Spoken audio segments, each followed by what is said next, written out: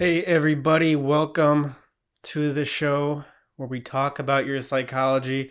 That's why we're all here, ultimately, to talk about our psychology. That's why we decided to build civilization, is because people started to figure these ideas out. People started to come up with symbols to represent our psychology, to represent masculinity, femininity, to represent unconscious and conscious. And I'm like, wow, this is such a big deal. I enjoy talking about these ideas to such an extent that we're going to start putting seeds in the ground so we can discuss these symbols, so we can further elucidate what's going on here, so we can understand the difference between a more principled ethical decision and an intuitive, gut level, feeling the vibes. I don't like the energy of this place kind of decision, right? Ethics versus intuition. This is such a big deal that we are going to put seeds in the ground, start getting in powwows, talking about it, building monuments to what's going on here. That's why we do everything, and that's why that's what we're doing here, continuing the tradition on Animus. I don't know what that means for you. I don't know what you're struggling with specifically, but whatever you are struggling with, whether it's have a girlfriend that you want to break up with, there is a girl who is not your girlfriend, but you want her to be your girlfriend and you don't know how to ask her out. Well, just keep in mind, if you ever have a difficult time asking out a girl, just remember that eventually you're going to get sick of her and you're going to want to break up with her, and it's going to be a much bigger deal to break up with her than it ever was to ask her out. Way more is on the line. So you have that coming. More responsibility. So I don't know whatever it is that you're struggling with at any one of those things, but I think that's what we're going to work on today. And we're going to work on that by talking about the birth of tragedy, by talking about Woodstock and the Apollo moon landing. I know that happened like a month ago, 50 years ago, a month ago. I'm a little bit late to this. I have, how many pages of notes do I have here? Well, I'm not going to waste time figuring that out, but I have probably about 8-9 pages of potential notes for Animus here, and sometimes things just get lost in the shuffle. They get lost in the scroll, and I'm like, oh yeah, I was going to talk about Woodstock and the Apollo 11 moon landing. Okay, I know this is YouTube, so I just have to say this is just based on the idea that we did actually go to the moon. Let's just assume. I know this is YouTube. Not a lot of you guys agree that we went to the moon. I get it. NASA is an evil organization headed by an ex-Nazi. It was all meant as a distraction to increase the size of government and to increase globalism. Okay, I get it. But let's just assume that if we did go to the moon, what would it have represented? Well, at least a rocket went off at some time in July 1969 to allegedly go to the moon. So let's just speak about it from that perspective. Not going to go into the conspiracies around it for this episode because it's superfluous to the argument. But there was a lot of discussion. Actually, Ayn Rand wrote a really excellent essay.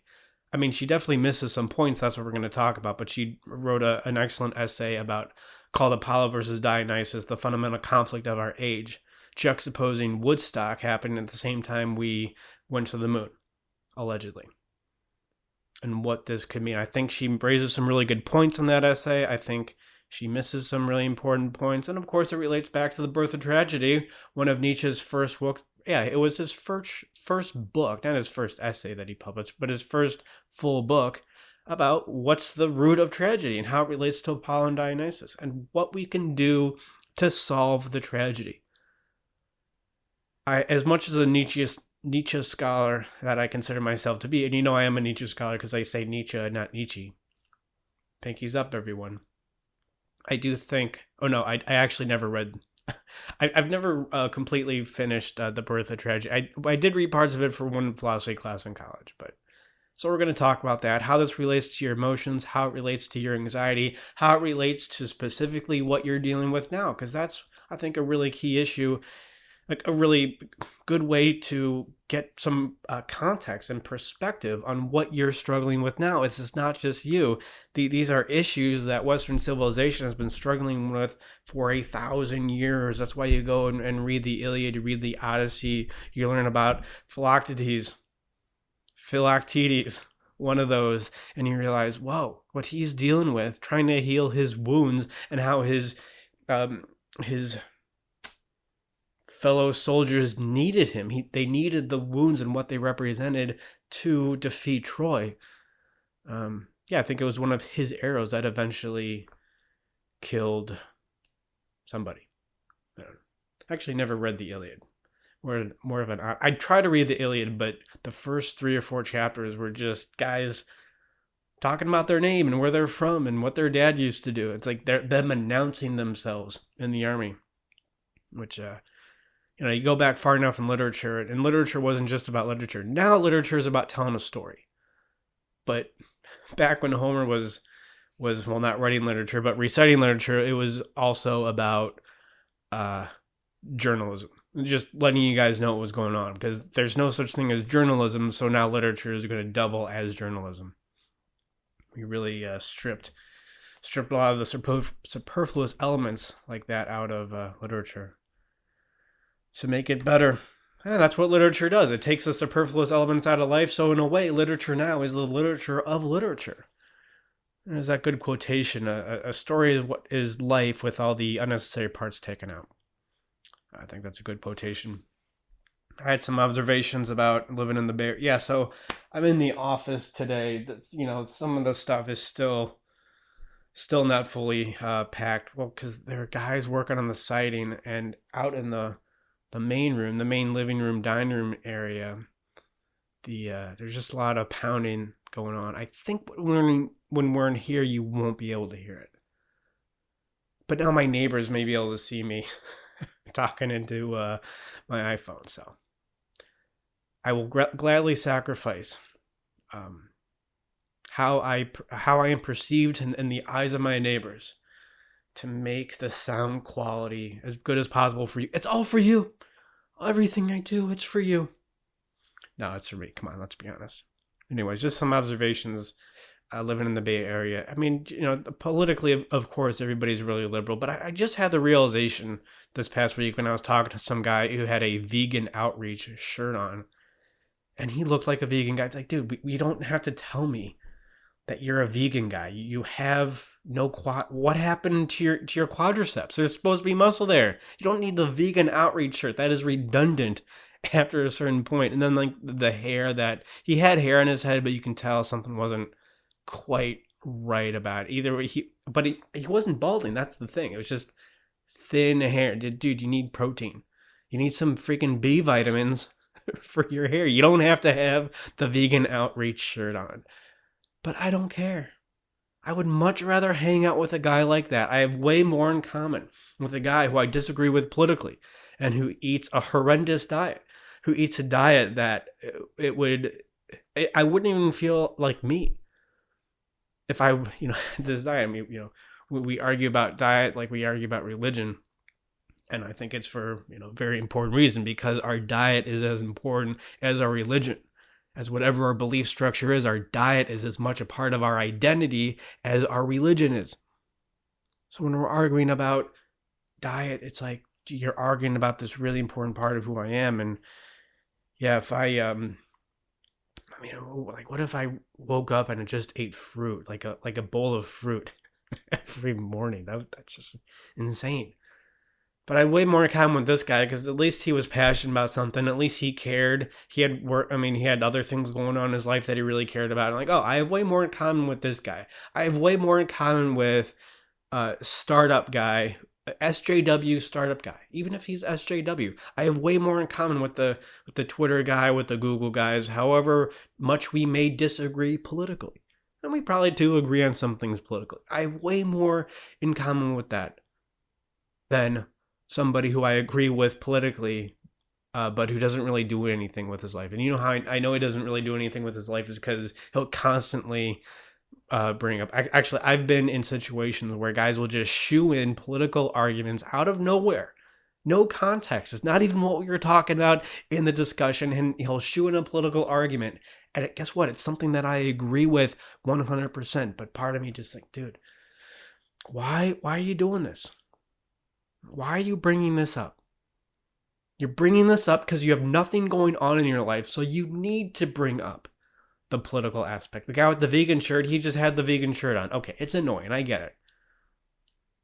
But at least he didn't like bring it up and try to like shoehorn it into the conversation to make us talk about it. He just had his vegan shirt on, which he didn't need, because there's no, yeah. You that should be a meme. Are you vegan or are you on meth? Well, you both are both have interesting hair patterns that don't really make a lot of sense. Both the result of unhealthiness. Neither of you have much meat in your face. To be fair, I probably have too much meat in my face, but it's better than having no meat in it. Both of you have just that look of thin skin. I mean, probably thin skin metaphorically, but literally thin skin. You always noticed it in heroin addicts in New York. You could just tell, like, it looks like a diaphanous. I think that's the word for it. Just like it had this transparent quality to their skin. You know, both vegan and mething. Well, there's probably lots in common with vegans and meth. Anyways, I just noticed that. I mean, just doing stuff. You know, it's incredible. Just doing stuff, getting excited about something, enthusiasm. These are things that are self-correcting. Having the right politics, that's not self-correcting. But doing things, enthusiasm, because even if you're wrong but you're enthusiastic, then you're going to be enthusiastic about correcting how you're wrong. If you just happen to have the right politics, by the way, politics, that's just, you know, the keystone. How did you get there? We may have gone there in two completely different ways. So even if we got there to the same conclusions in two completely different ways, there's still a lot of ways in which we are dissimilar. And I'm not going to be able to relate with you. Sorry, I'm distracted by noises going on, which you probably didn't hear, so that seemed weird. But anyway, it's just something I noticed. Like, there's just other things going on than like somebody who disagrees with you politically or agrees with you politically, but he's on Twitter all day talking about it. Guess what? You probably don't want to be best buddies with that guy. And I don't know, people would always say, when I was moving to the Bay Area, they'd always say something like, oh man, moving to the Bay Area, it was super liberal, a lot of SJW stuff going on there. And on one sense, I was a little concerned about it. I think that's the garbage truck. I think you can hear that. And in one sense, I was concerned about it, but also getting out here and just starting to meet people and see what's going on, it's like, it doesn't even matter until they find out what I really believe and start coming to my place with pitchforks. As liberal as my views may be, as much as I agree with Tulsi Gabbard on a lot of her key issues. It doesn't matter. It's just about believing 100% what they want you to believe. That's how they try to get you. All right, so Woodstock was 50 years ago, a couple weeks ago. The Apollo moon landing was last month ago, 50 years ago. And Ayn Rand wrote an essay about this. This is how I was first introduced to this, called Apollo versus Dionysus, the fundamental conflict of our age. We have reason as represented by Apollo on one side, the moon landing, going to the moon, not just the moon landing, but the people who went to watch Apollo 11 launch, and how they planned ahead. They proceeded to the launch site, to where they were supposed to sit for the launch site in an orderly fashion. There was no litter left behind. They didn't need to rely on anybody else for sustenance. They were all well kept. Not a lot of beards, at least back in 1969, with people who are going to see the Apollo moon landing, as opposed to, and of course the Apollo moon landing, just a feat of reason and science and technology and all that it implies. You know, man living on this earth, expressing that which is best within him to reach the moon. You know, not just staying here and toiling in the field, but reaching out to the moon, to the veritable stars. How that contrasted on such a striking level what happened in Woodstock, which is a bunch of hippies, a bunch of late teens, early 20s people not planning ahead. I actually just watched that documentary on Netflix about Woodstock and how people didn't plan ahead, how they there was not enough doctors to take care of everybody, especially people going through bad trips. there wasn't enough food. They ran out of food halfway through, so people from the town of Woodstock had to donate food. The guy whose dairy farm it was on had to, I think he donated milk and yogurt for everybody. And how this contrasted so starkly with not only the Apollo moon landing, but the crowd around it. And Rand's point was, from her philosophical view, maybe this is all she's supposed to say, but her point was, look, we have reason and we have lack of reason.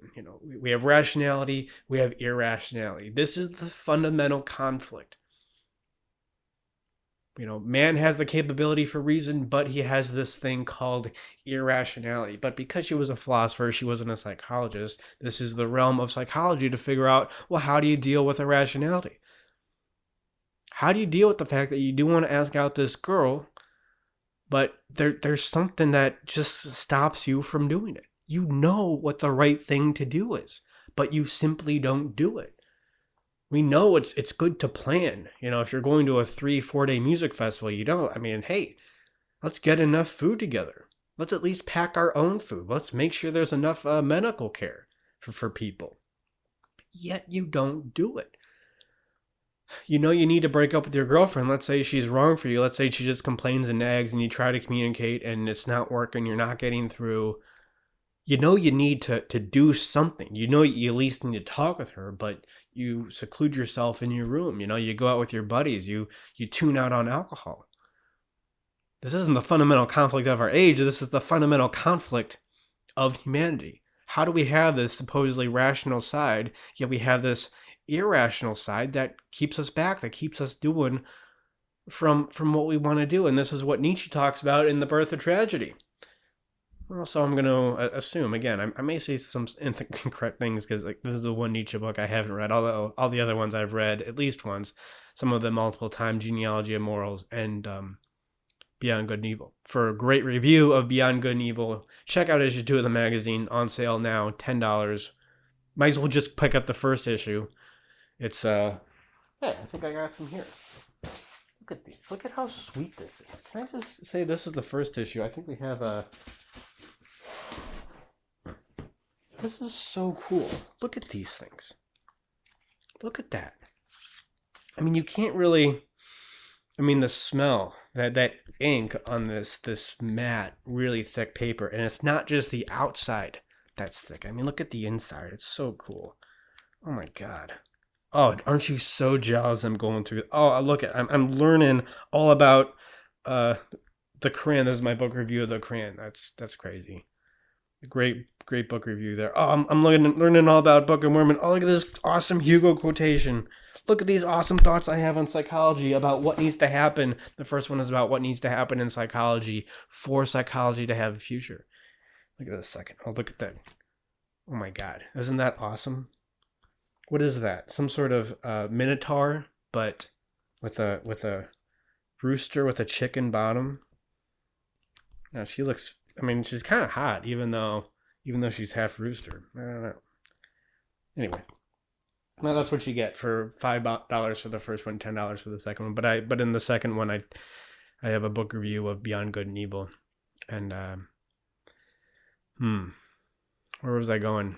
Oh yeah, so this is what Nietzsche talks about in Birth of Tragedy. He talks about what is the birth of tragedy?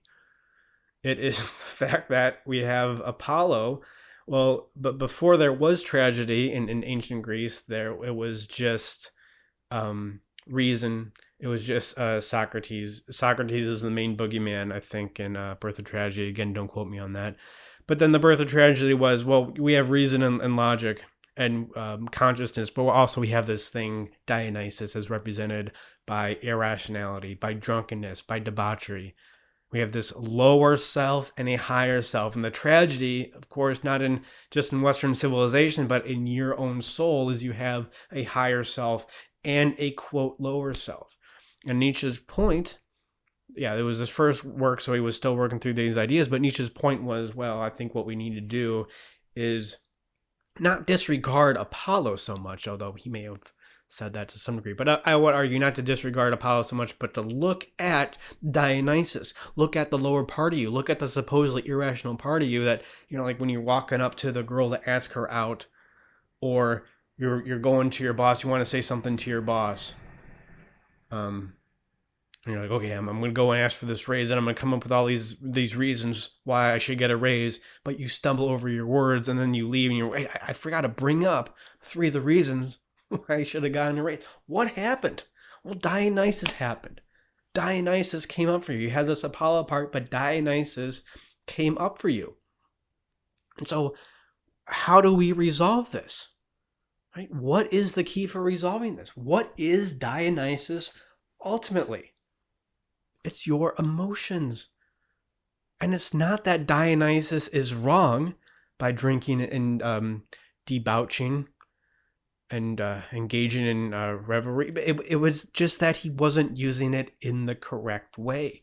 There is truth. There are insights in what Dionysus was doing and how he was doing it and what he was doing. Now, I'm not saying that he's correct, but we need to look at our supposedly lower part to inform, to infuse the Apollo higher part of us. And this is what Rand just couldn't understand.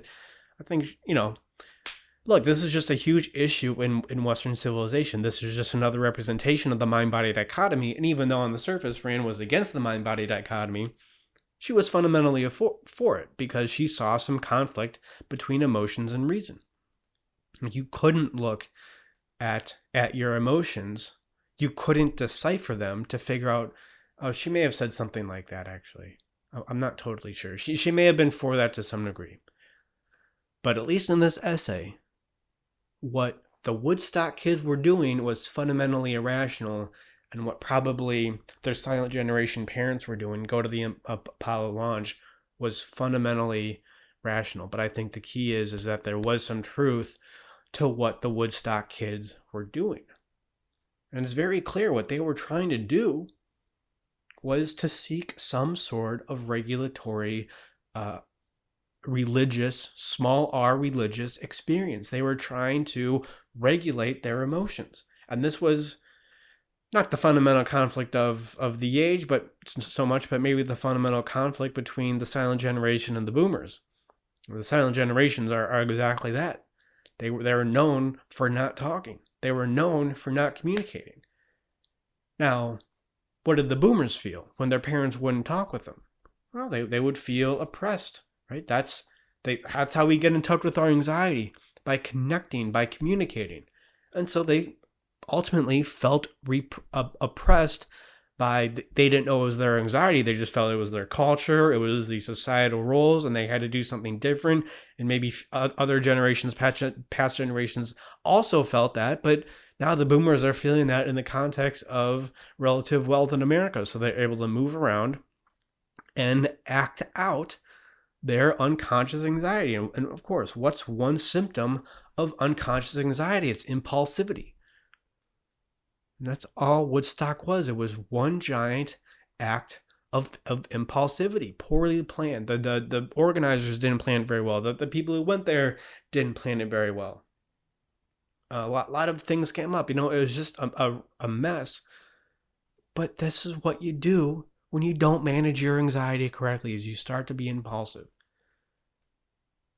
So it's not like there's a conflict between Dionysus and Apollo. We need to manage our emotions. We need to manage the Dionysus in order for there to be an Apollo. The regulation comes before the reason. Without regulation, reason is just going to be rationalization.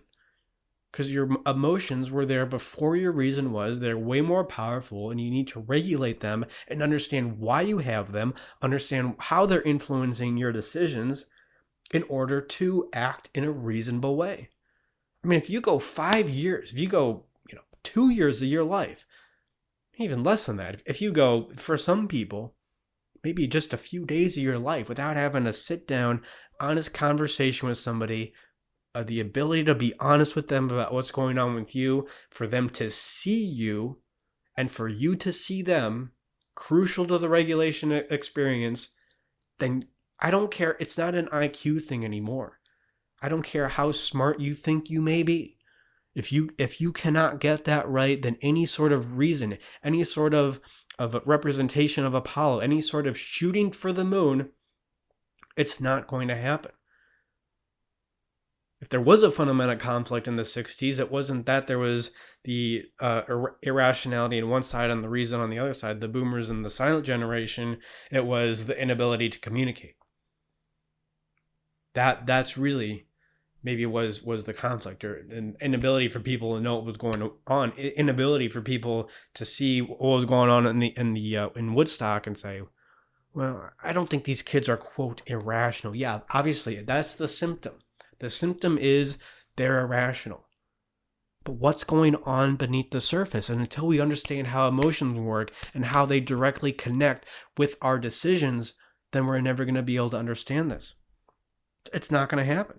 And you're going to keep seeing this conflict between your head and your heart, between your reason and emotion. And you're going to either do one of two things.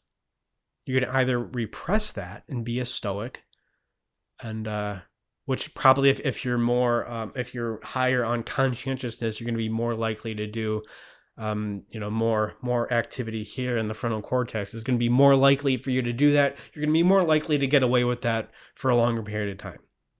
Hopefully you can get away with it until you die. I mean, people have done it before. Not the best way to live, and also not the most fun people to be around for sure. But ever have a fun time with some guy who's really into stoicism? Probably doesn't happen. So you either do that or you go the hippie route, right? You go the social justice warrior route. You go the feminism, multiculturalism route, and the postmodernism route. There's no such thing as truth. And I'm just going, but you don't really think that. You're just acting out because any sort of truth to you feels confining because you're already confined to the nth degree by what is ultimately your anxiety, but you perceive it to be society, or your professor, your father, everything going on around you.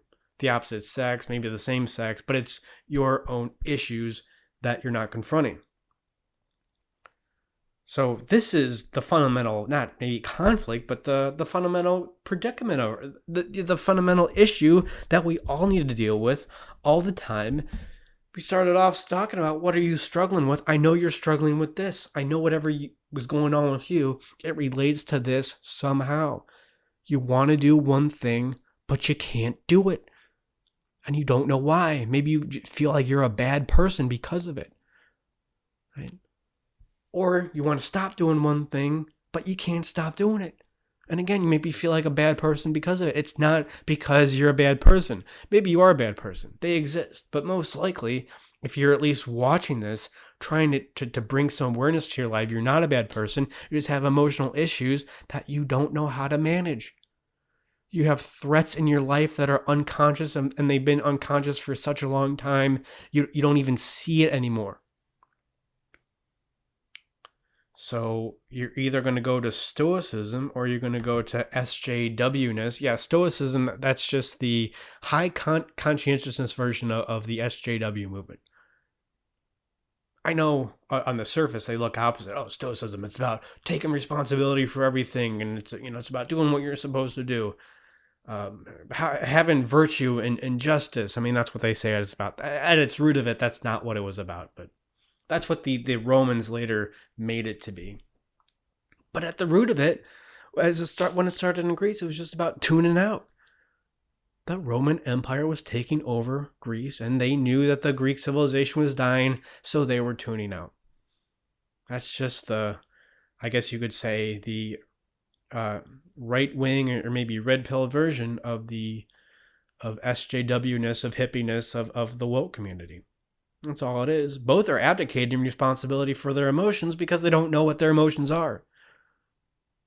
But you do. You know what we talk about. I have some theory on what emotions are and how they relate with our decisions. And specifically, and that's what's important. Really get specific about this. That's the idea. There's a quotation from Ayn Rand's article. Paul versus Dionysus. The hippies are a living demonstration of what it means to give up reason and rely on one's primeval, quote, instincts, urges, intuitions, and whims. Yeah, but what are these, quote, instincts, urges, intuitions, and whims? Not blaming Rand. She's not a psychologist, so she doesn't understand. This is impulsivity. This is a symptom of unmanaged anxiety. Yeah, they're not giving up reason. They can't do it. They're dysregulated. They're disconnected to such an extent you can't have reason. Reason's not just this thing that you can decide to do or not decide to do it. Maybe people who are more attracted to objectivism, maybe they had, in general, happier family lives. They are, in general, higher conscientiousness. And so they're going to be more likely to be able to decide to be reasonable, but that's not a lot of people's experience. Especially since the Woodstock thing, the fundamental conflict of our age has happened 50 years ago, and we still aren't talking to the issue that's going on. And without such tools, they're unable to grasp even what is needed to satisfy their wishes. Right. Because what does it mean to talk about your needs and what you want to do? I mean, that's a very difficult place for a lot of people to get to. I think I tweeted today, if you want to see a man squirm, ask him what he needs. Really, sit down or see yourself squirm. What do you need? What do you want in life? I don't differentiate psychologically between needs and wants. Sometimes focusing on your wants may get you to your needs. What do you really want to do?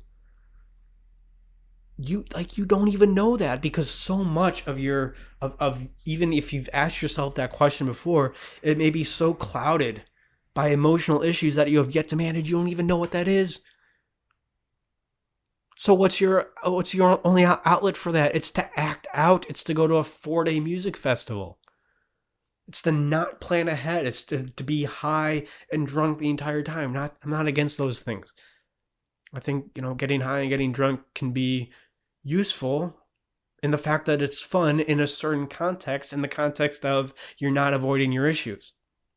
But clearly, if it's like a 4-day bender, then yeah, that's what impulsiveness is. Yeah, left to their own devices. But what devices? Yeah, left to their own devices, they literally don't know enough to come in out of the rain. Again, quoting from Powell versus Diagnosis by Ayn Rand. Yeah, but what are their own devices? Right? They have no regulation. Ayn Rand's condemning them morally. And on the surface, maybe that's what's going on. I'm not disagreeing there, but I think there's a fundamental psychological issue going on there that she doesn't speak to. And it's not just her, it's everybody else. The silent generation couldn't speak to it. People still have a difficult time speaking to what's going on. It's it's not the fundamental conflict of our age, it's the fundamental blind spot of our age. The great blind spot of our age is that we don't know how to talk to these issues. Understanding where decisions come from. Understanding how our emotions affect us. Understanding how, we do know on some level that we have free will. I mean, even people who say that we don't have free will, like Sam Harris, I don't even think they believe it. They don't understand what free will really means. But how can we have free will, yet, experience that thing where, okay, I'm going to go ask out this girl, and then you freak out and just go duck in the corner at the last second. Or I'm going to break up with my girlfriend, you freak out, or I'm going to sit down and figure out what I want to do. Oh, I've been reading the red pill. It's good to have a mission. Yeah, I'm going to figure this out. Yet you can't come up with one. Or when you do come up with one, something that you supposedly want, you go to work on it and you can't work on it. What's the reason? This is the fundamental blind spot of our age, that we can't speak to this. And it affects our society in so many ways. I mean, it is at the root of our culture coming apart. It is at the root of people not being able to talk with somebody on the opposite side of the political spectrum. Not being able to find common ground with them. It's because they can't speak to this. They do have these regulation issues. So what is talking about politics for a lot of people? It's working through their emotional issues. It's like, I need to be heard. You need to know exactly where I'm coming from. In a sense, you want to have this political discussion, but wait, I'm not regulated, so I can't do it. Now, of course, nobody thinks that, but that's what goes on unconsciously. That's why you get just people talking past each other, people being triggered. Oh no, you're triggered more. Oh no, you're a snowflake more. It's just about people feeling the need or wanting more than anything else to be heard, to see their viewpoint heard. It's like, I'm not taking sides here, but let's say somebody from the woke community says something to the effect of, I'm oppressed, there's oppression. Now, what are they really saying? I would argue they're not saying that they're oppressed. They're saying they feel oppression. They feel like they are oppressed by society. That's what they're saying. And if somebody on the right, let's say, comes back at them and says, well, here's the study that shows that may not be true. And here's the study that shows, well, there isn't really a gender pay gap. And here's the study that shows, well, just because there aren't as many female CEOs as there are male CEOs doesn't mean that women are oppressed because of these reasons. That's not the point. That's not what people are saying. People are saying, I feel oppressed. What they want to hear in response to that, I'm not saying it's anybody's responsibility other than their own responsibility to get therapy. What they want in response to that is, oh yeah, no, I understand that you feel oppressed. And you're not wrong to feel that way. You know what? They're not.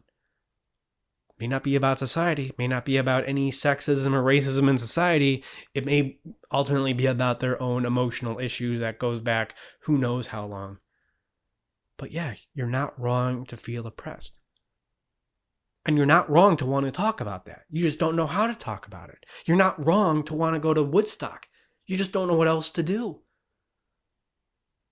Right? There are these issues going on that nobody's speaking to. That's the blind spot. And we're going to continue to come apart as a society until we figure this out.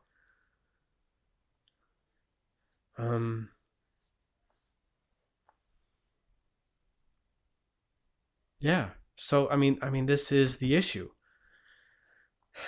It's not Apollo versus Dionysus. Apollo needs Dionysus. And this is what Nietzsche talks about in the Birth of Tragedy. Dionysus, we find salvation in Dionysus, but only through Apollo.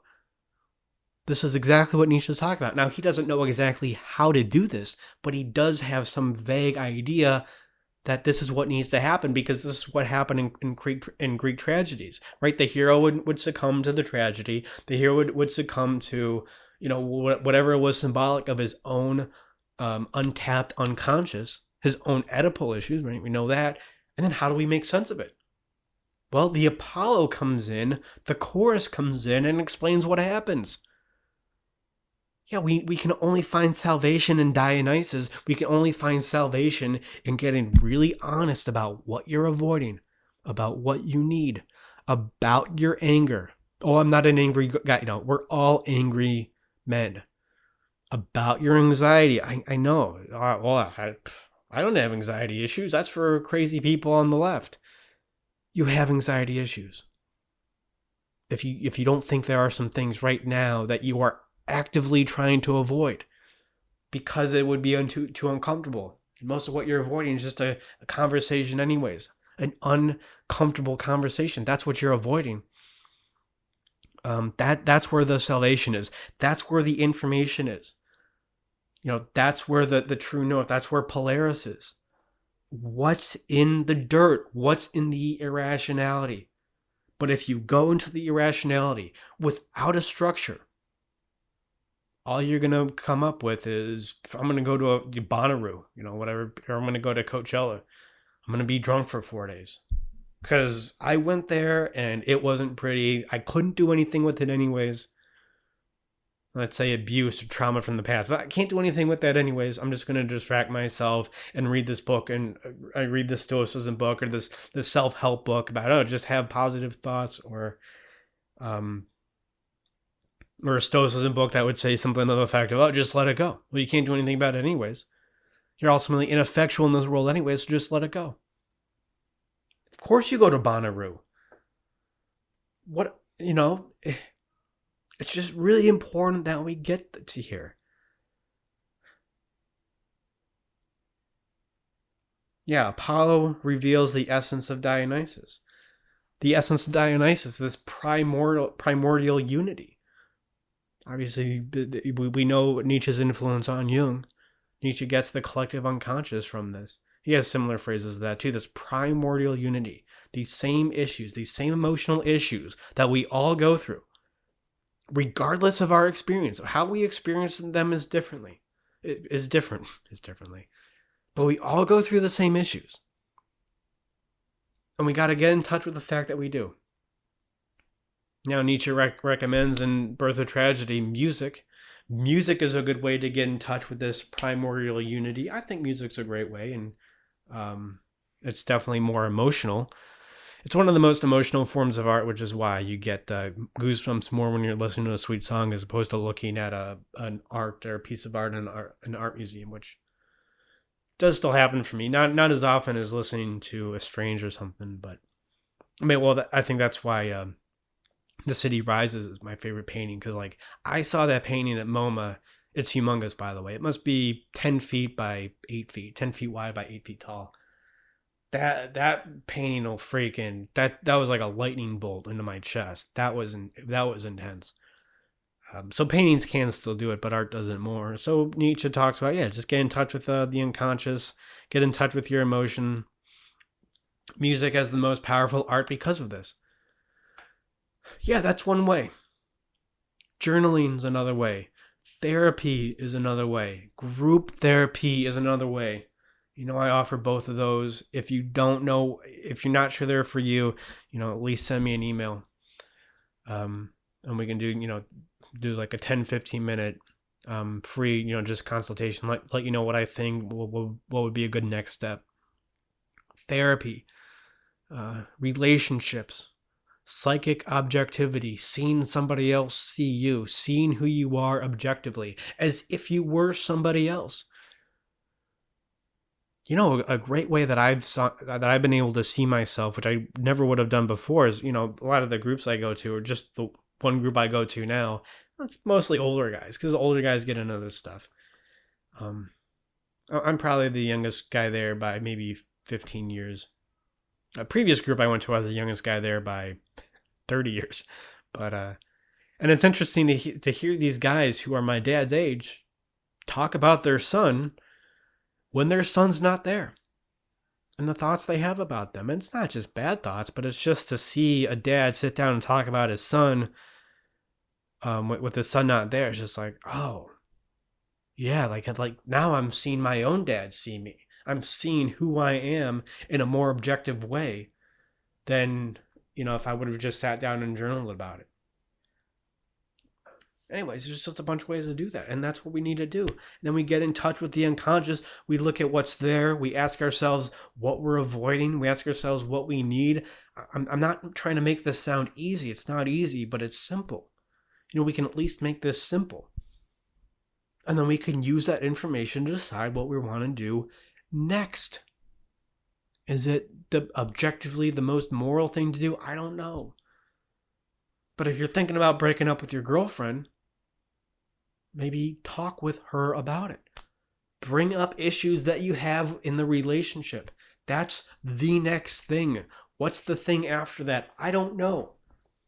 But given the nature of your emotions, given the nature of your decisions, and how you can become aware of both of those, that's the next step. Maybe it's going to take you a week.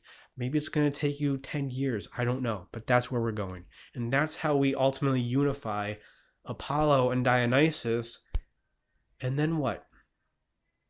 That's the end of tragedy. Now, maybe not in civilization, but the better you get at this process of looking at the, quote, irrationality, understanding the structure through, the tesseracts that are the unconscious, or that are the emotional diagrams. Tragedy, it won't be gone forever. There's always new challenges, always new problems, but it is, what do I call it? An insurance policy against tragedy. All right. Well, that actually went longer than I thought it was going to. I have a question here about just getting a girlfriend. This guy sent me an article. I think I'm going to do a separate video, like like the video that I released on Wednesday, the 10 or 15 minute one. I think I'm going to do that on my own take on how to get a girlfriend.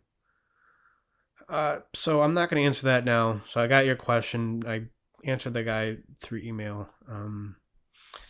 So I have this one here. I have 3 after this. Okay, so this one guy's dating a girl who seems to have alcohol issues. He perceived them to be alcohol issues. There seem to be alcohol issues in her family. She is in therapy, but not for alcohol. And he's wondering what he should do. They've been dating for almost 5 months now. I get this comes down to what effort is she willing to put in? How much does she really care? Why is she in therapy? Is she just in therapy because she's like her insurance was going to pay for it, and she's like, oh well, this will be a fun thing to do, and I'll go gab with somebody for an hour, or is she really there to do the work that she needs to do? Which most people don't get because the therapist, I don't know what the therapist obviously, but he probably doesn't know anything about emotions, so it's going to be difficult to get good therapy. Ah, boy, this is a tough one. What I would do, I'm not going to tell you to do this. What I would do is it's only been not 4.5, not even 5 months. I would break up with her. That's what I would do. And I'm not telling you to do this. I would break up with her, but I would put some stipulations in there. First of all, I would talk with her about this. It's like, look, we have a lot of fun together, but like you drink too much and it gets weird. And it's like, it wouldn't even be that much of a problem, but your behavior changes. I mean, that was always, I'm going to talk about this more and how to get a girlfriend. That was always one of the things that I wanted in a girl, or think something that was important to me, is alcohol and just cigarette drug use. Like I not that you couldn't do those things, but you had to do those things on about the level that I do those things, which right now, to be honest, is essentially not at all. And this is just a truth about relationships. I don't know why exactly. I do know. I can speculate on why this is, and maybe I'll go into it some other time. I think I already have gone into it. But, relationships don't last very long. People don't sync up very well unless, there's lots of reasons, or there's lots of things that people need to have in common. But something else they need to have in common is drug and alcohol use. And it needs to be about the same. So if you're concerned by your girlfriend's alcohol use, that's not a small thing. It's okay to bring that up. I don't know if you've talked with her about that. That would be the first thing. Talk with her. Be like, hey, this is kind of a problem for me. And if we need to break up in the short term to save this relationship in the long term, if you do think there is potential there, then that's what we're going to do. And you need to take not only your emotional issues seriously, but you need to take this alcohol issue seriously. There's issues with your family that I don't like, that make me uncomfortable. But man, just from my perspective on this, from my old man perspective, is if there's these issues in the first 4 months, man, there's going to be more. There's going to be more. So you may need to break up, but I'm not telling you to do that. I'm just saying I would do that. But don't do that first, right? Just start talking with her about this. But who knows? She may have the reaction of, oh, yeah, you know what? You're right. And thank you for bringing it up. And man, it's just like, you're really supportive, and it's just great. And I'm going to go start getting help specifically for this alcohol issue. I'm going to see what's at the root of it. I'm going to cut down my drinking. And when I do feel the need to drink, we can talk about it. And then it becomes, this point of improvement. It actually maybe becomes a bulwark, a bolster, a flying buttress in the relationship. But it all begins with communication. That's how a lot of this works. Just how willing, how committed can she be? How willing is she really to do something about it? That's what's important. Yeah, I think I'll leave it there. I may say more about the drug alcohol thing in another episode, but I think that's good to answer the question in general. This next question is about self-promotion. and about how, just when people brag too much about how good they are at something, it can be off-putting. Yet, if you're building a business like I am, I mean, this is self-promotion here. So he says your self-promotion. So he's essentially asking, how do you do self-promotion in a good way, especially in the context of talking with girls? How do you talk about how awesome you are without talking about how awesome you are? How do I come on this podcast and talk about how I'm the greatest psychologist to ever live without sounding like a total jackass? Well, I think that might be impossible to do. I know whenever I say that. I don't see self-promotion as necessarily a bad thing like this listener seems to think it is. It can be a bad thing. You know what it's like? Now I just made this connection. It's like talking to strangers. I had a very difficult time talking with women when I was in my late teens and early 20s. It wasn't just talking with women. It was talking with strangers in general. Because whenever I've noticed somebody talk to me, or whenever I notice a stranger talking to another stranger, let's say I was on the bus, it was very clear to me that that person was always bothering that other person. I never wanted to be that guy who went around bothering people. So I was more afraid to do it than I would have been normally, probably. I mean, it's talking with the girls, not just strangers in general. But eventually I realized, wait a minute. Most of the reason why people, 9 out of 10 times people are talking to strangers is because they're just trying to escape something. They can't sit with themselves. They're trying to escape their anxiety. They're trying to escape their own issues. And talking with a stranger, I'm going to go talk to you. It's like maybe more the extroverted version of just going on your phone, what we do now. Like, wait, so if I talk to a stranger, if I talk to a strange girl and I do it in a proper way, then it's going to be fine. So then you learn pickup lines, you learn general principles and how to talk with girls, but ultimately it comes down to what extent are you trying to get validation? To what extent are you trying to get something from this girl you're talking to, from this stranger you're talking to? Same thing with self-promotion. What extent am I trying to get you guys to like me? Yeah, I'm trying to do that to some degree, right? But also, I have good ideas, I think, and I just want to let you guys know. And I remember, I was 21 years old at some point. I'm speaking to not only my own 21-year-old self, but to every young man's 21-year-old self and young woman. I know we have a few women listening to this too, but how do I speak to the issues that they're going through, right? Because it's all part of the primordial unity, because we all go through the same thing. So it's, what's the motivation? What's the intention? Why are you talking to that girl? Are you talking to that girl because she's beautiful? You want to let her know, you want to make her day better, and also you want to know more about her. Or are you talking to that girl because you feel like crap and you want to use her smile to cover up your feeling like crap? Same thing with self-promotion. Yeah, I mean, I understand I say ridiculous things. I say ridiculous things about myself on this podcast, maybe on the Brazen Heads too, in articles. But also, I have great ideas and people need to know about them. And if I just sat in my room and thought about how great my ideas were, that's nothing. I have to communicate to where you guys are, to what you guys are going through. I know I talk about freaking Apollo versus Dionysus, super abstract stuff, but I hope you guys understand that's not just for the purpose of making me look smart. Okay, that's probably part of it. But also, like the Philoctetes story, it's just about understanding that your difficulties, your struggles, how you feel stuck. Oh, I can't talk with my parents.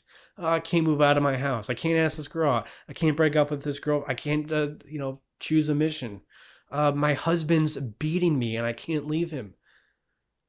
These issues are way older than you. They've been around for thousands of years.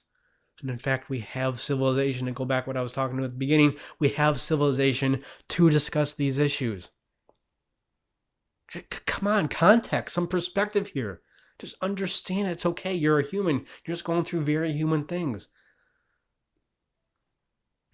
That's the idea here. And so if I need to say I'm the greatest psychologist in the history of the world, just to get some attention, just to wake you guys up. And I'm not just saying that. I mean, I do believe that in some degree. the way that I define psychologist, I'm definitely the greatest. But maybe I'm wrong. I don't know. It doesn't matter. Let's start digging into your issues. You use my ideas, what I represent here, to learn more about you. Even if I'm wrong, if you learn something about yourself, if you are more able to dig into the primordial unity because of these ideas that I talk about, then whatever, who cares? If I happen to look like a jackass in that process, it's fine. It's totally fine. And I will leave it there. I have another question here, so that means we have room for way more questions. Animus at animusempire.com. Thank you guys for getting in touch. Thank you for being out there. It means a lot to me that I have people who I can talk with about these issues, who can relate back to me what they see when they see me talking about these issues, even if it is, hey, Mark, you're kind of a jackass. That's okay. It's all feedback. Thank you guys for watching. Thank you for listening. And as always, I wish you all the pain and joy that comes from being in touch with reality.